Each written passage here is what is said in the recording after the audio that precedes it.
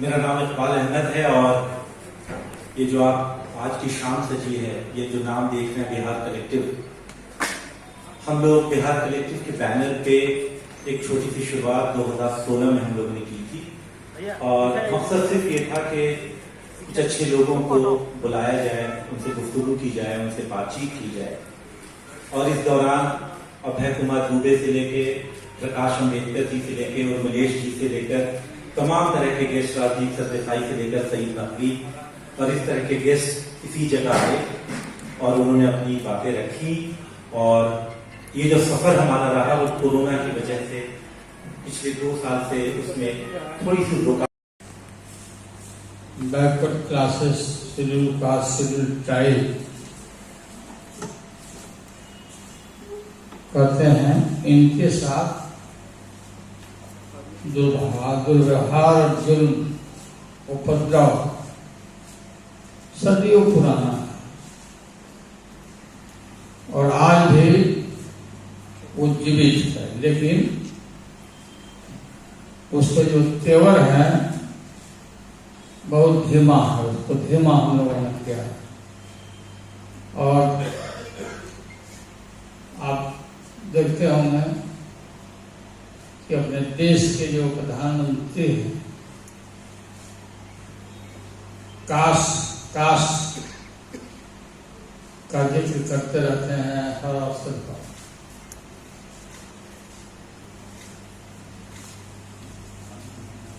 Cast से इन्हें परेशान कर रहा है।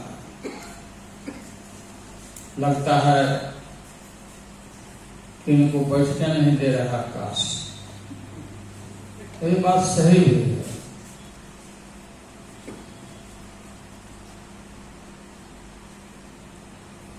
मित्ता जी ने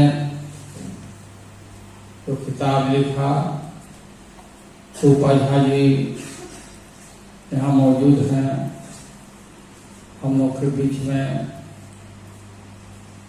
मनोज झा जी और भी जन उपस्थित हैं।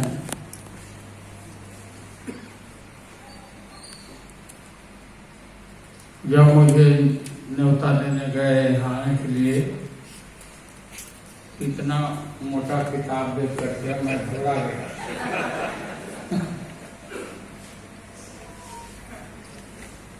मगर क्या बोलना है हमको, क्या है उसके अंदर। एक पढ़ने का मौका तो बाद ही तो मिलेगा, आज तो आप विद्वान से मुझे सुनना है।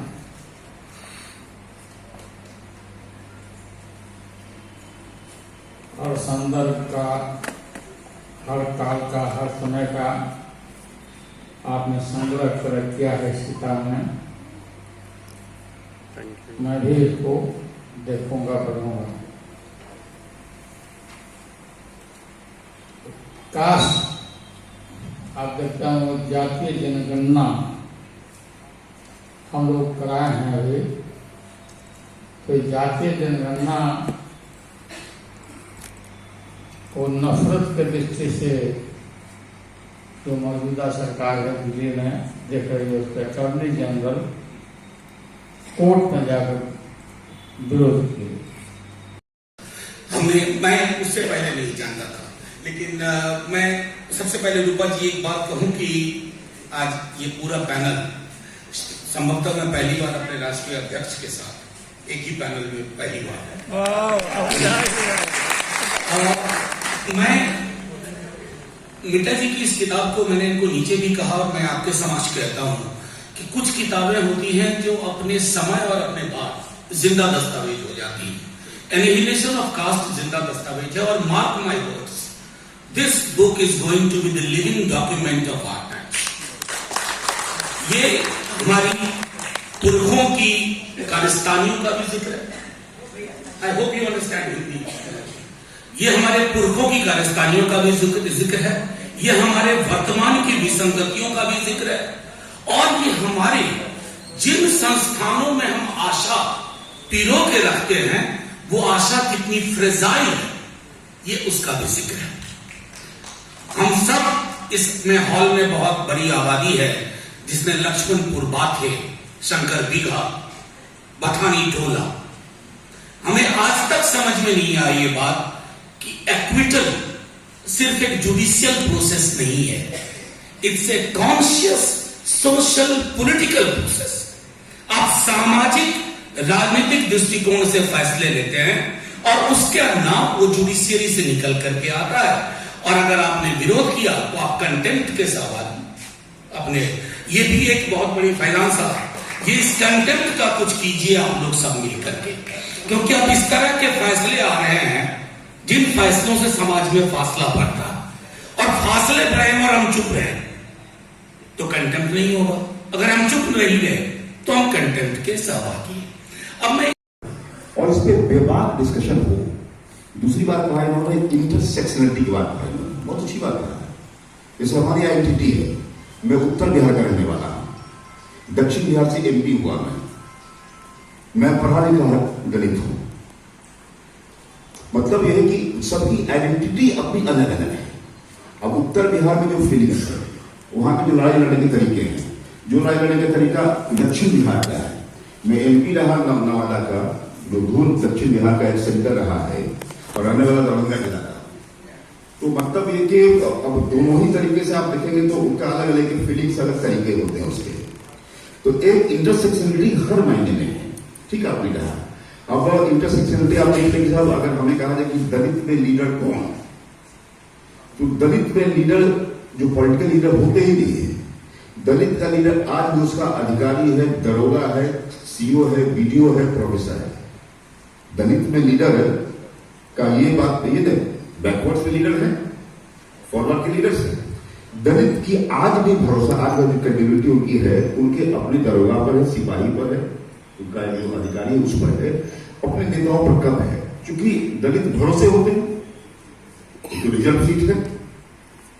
जो ह्यूमन राइट्स का सिलसिला है, तो एक किताब था कांग्रेस के खिलाफ, वो 1984 का किताब था, गुजरात बीजेपी के खिलाफ।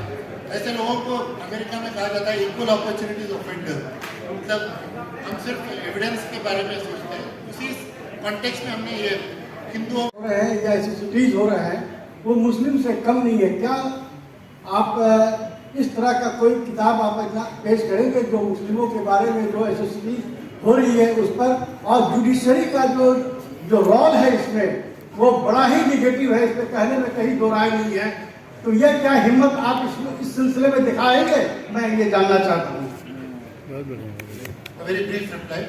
तो मैंने देखा कि जब लालू जी इस किताब के बारे में कह रहे थे तो उनको भी थोड़ा झिझक हुआ कि इस किताब का टाइटल है कास्ट प्राइड। कोई जो ठीक सोचने वाला होता है वो कास्ट में प्राइड नहीं लेगा, लेकिन वो हकीकत है। कई लोग प्राइड लेते हैं, इसीलिए तो इस तरह का एट्रॉसिटीज अभी भी हो रहे हैं, राइट। तो उस हकीकत को रिफ्लेक्ट करने के लिए मैंने in an ironic sense I used this title caste pride. It was not in any sense of approving that, right? और उसका जो सबटाइटल है battles for equality in Hindu India. इसका मतलब ये नहीं कि जो कास्टिज्म है वो केवल हिंदुओं में ही है, लेकिन हिंदुओं में शुरुआत हुआ है वो नहीं। एसोसिएटीज जो मुसलमानों के साथ लिंचिंग जो हो रहा है उस सिलसिले में भी आपका असल बताना ये चाह रही है। हमें लिख चुके हैं भाई किताब, इस पे लिख चुके हैं पहले। I hope I spelled your name right. Mustafa हो गया, मुस्तफा।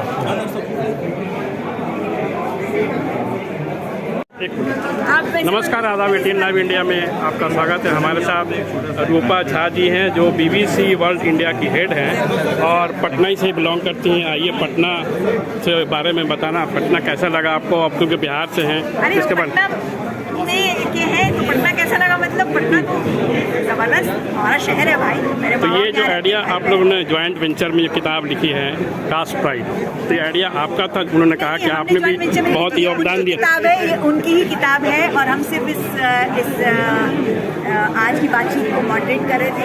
बतौर पत्रकार, बतौर दोस्त जो मदद होती है वो हमने की है, लेकिन ये मेरी किताब बिल्कुल भी नहीं है, मेरा इसमें लिखने में कोई योगदान नहीं है। मैडम, जो जैसा कि लोगों का कहना कि यहाँ पे रिपोर्टिंग में बहुत फैसिलिटी होती है, जैसे इनकम से ग्राउंड रिपोर्टिंग बहुत जी नहीं, आपने जो सवाल बहुत अहम सवाल है और ज़रूरी सवाल है। ये आज की मीडिया को सचमुच में को थोड़ा टटोलना पड़ेगा कि हम क्या एक मीडिया के रोल में हम क्या कवर कर रहे हैं, हम किन खबरों को प्राथमिकता देते हैं, किस पे जगह देते हैं, कितना हम ज़मीन पे जाकर की बात कर रहे हैं। इसकी भयानक कमी है क्योंकि लोग ज़मीनी पत्रकारिता पर पैसे लगते हैं, वो खर्चना नहीं चाहते हैं। उनको एक खास तरह की पत्रकारिता से सिर्फ जैसे कहते हैं ना कि आई बॉल्स ट्रैक करने की बात वो कर रहे हैं। मीडिया की बहुत बड़ी पॉजिटिव भूमिका हो सकती है, उसकी कमी है, ये हम बिल्कुल एक्सेप्ट करते हैं। जब बीबीसी के किसी न्यूज़ को लेकर के हम लोग रेफरेंस देते हैं, किसी से सवाल पूछते हैं, तो कहा जाता है कि बीबीसी क्या बताए, क्योंकि इंग्लैंड का चैनल है, अंग्रेज का चैनल है, अंग्रेज पूरी इस देश का सच बताए। मौजूदा दौर की जो स्थिति बन गई, जो सवाल पूछे जाते हैं, जैसे कि बीबीसी के दफ्तर पर छापे हुए, तो क्या पहले आपको ऐसा कभी अनुभव हुआ किसी और सरकार में कि इस सरकार में ज़्यादा अनुभव? नहीं, सब सरकार में, कांग्रेस की सरकार में तो हमारे पत्रकार को ही हटा दिया गया था। तो क्या है, जब आप पत्रकारिता ईमानदारी से करेंगे और सवाल पूछेंगे, सवाल हिम्मत से पूछेंगे और उसमें कोई कटौती नहीं करेंगे, तो हर सरकार एक इंडिपेंडेंट क्रेडिबल मीडिया संस्थान को पसंद नहीं करती है, क्योंकि आप कोई एजेंडा ड्रिवन जर्नलिज्म नहीं कर रहे हैं। तो आप तो हर जगह जहाँ सवाल बनता है वहाँ पूछेंगे, चाहे वो आज की सरकार हो, चाहे वो 14 साल पहले की सरकार हो। तो इंडिपेंडेंट मीडिया का अपना जो खमियाजा है वो भुगतना पड़ता है, वो भुगतना चाहिए। पत्रकारों में डर है मैडम इस सरकार में? वो तो आप पत्रकार डर तो होगा ही, क्योंकि देखिए सरकार, इस सरकार में ही डर है या सरकार से डरती है पत्रकार?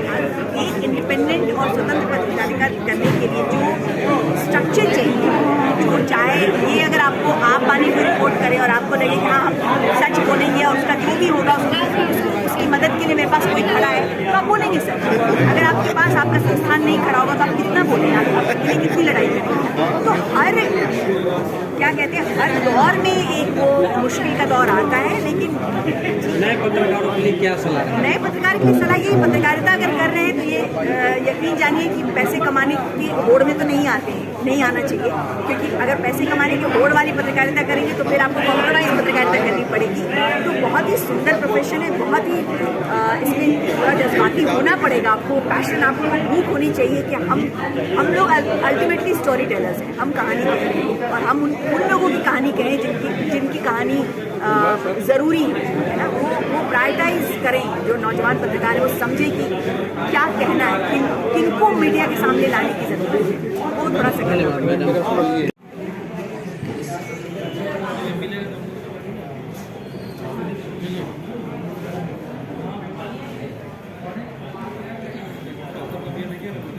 सर, ये कास्ट प्राइड जो आपने किताब लिखी है, कितना वक्त लगा आपको पूरा लिखने में?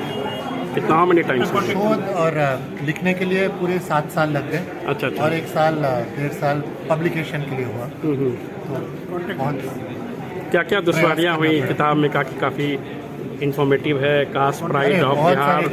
हाँ, तो क्या क्या दुश्वारियाँ आपको सामना करना पड़ा इसके लिए? डिफ़िकल्ट भी क्या क्या हुआ इसमें आपको किताब लिखने में, करने में? मैं सबसे ज़्यादा समय बेलची के कांड को इन्वेस्टिगेट करने में लगा था, क्योंकि उसके जो पेपर्स थे, जुडिशियल पेपर्स थे, वो बहुत मुश्किल थे उसको निकालने के लिए, क्योंकि वो उस समय रिपोर्ट नहीं हुआ था, कोई किसी जर्नल में नहीं था। और वो केस के इन्वेस्टिगेट करना बहुत इम्पोर्टेंट इसलिए था कि वो एक ही मिसाल है जिसमें जिन्होंने दलितों को मारा उनको मृत्यु दंड हुआ। तो उसको पूरा रिकॉर्ड करने का बहुत ही टाइम लगा। तो वैसे और भी थोड़े केसेस थे, but this was one very important and very difficult case too. आज जो ग्लैड लॉन्चिंग हुआ, उसमें बहुत बड़े बड़े लोग आए, तो उसमें आप कैसा फील करते हैं? क्या आपका बुक जो रिलीज हुआ, काफ़ी लोग आए, उससे क्या फील करते हैं? सॉरी, आज जो लॉन्चिंग है, what you are feeling about the releasing of your book? I was very excited to see the energy in the room, और जो ख्याल उन्होंने एक्सप्रेस किया, जो सेंटिमेंट्स एक्सप्रेस किया, और सभी they were united on the issue of the need to fight caste and the acknowledgement that जो कहेगा कि कास्ट इज डेड, जो इस तरह का नकारता है इस रियलिटी को, इस हकीकत को, तो वो खुद कास्टिस्ट है। तो उस तरह का कंसेंसस जो इमर्ज हुआ इस कमरे में, तो वो देखकर मुझे बहुत अच्छा लगा, क्योंकि that was the spirit in which I wrote this book.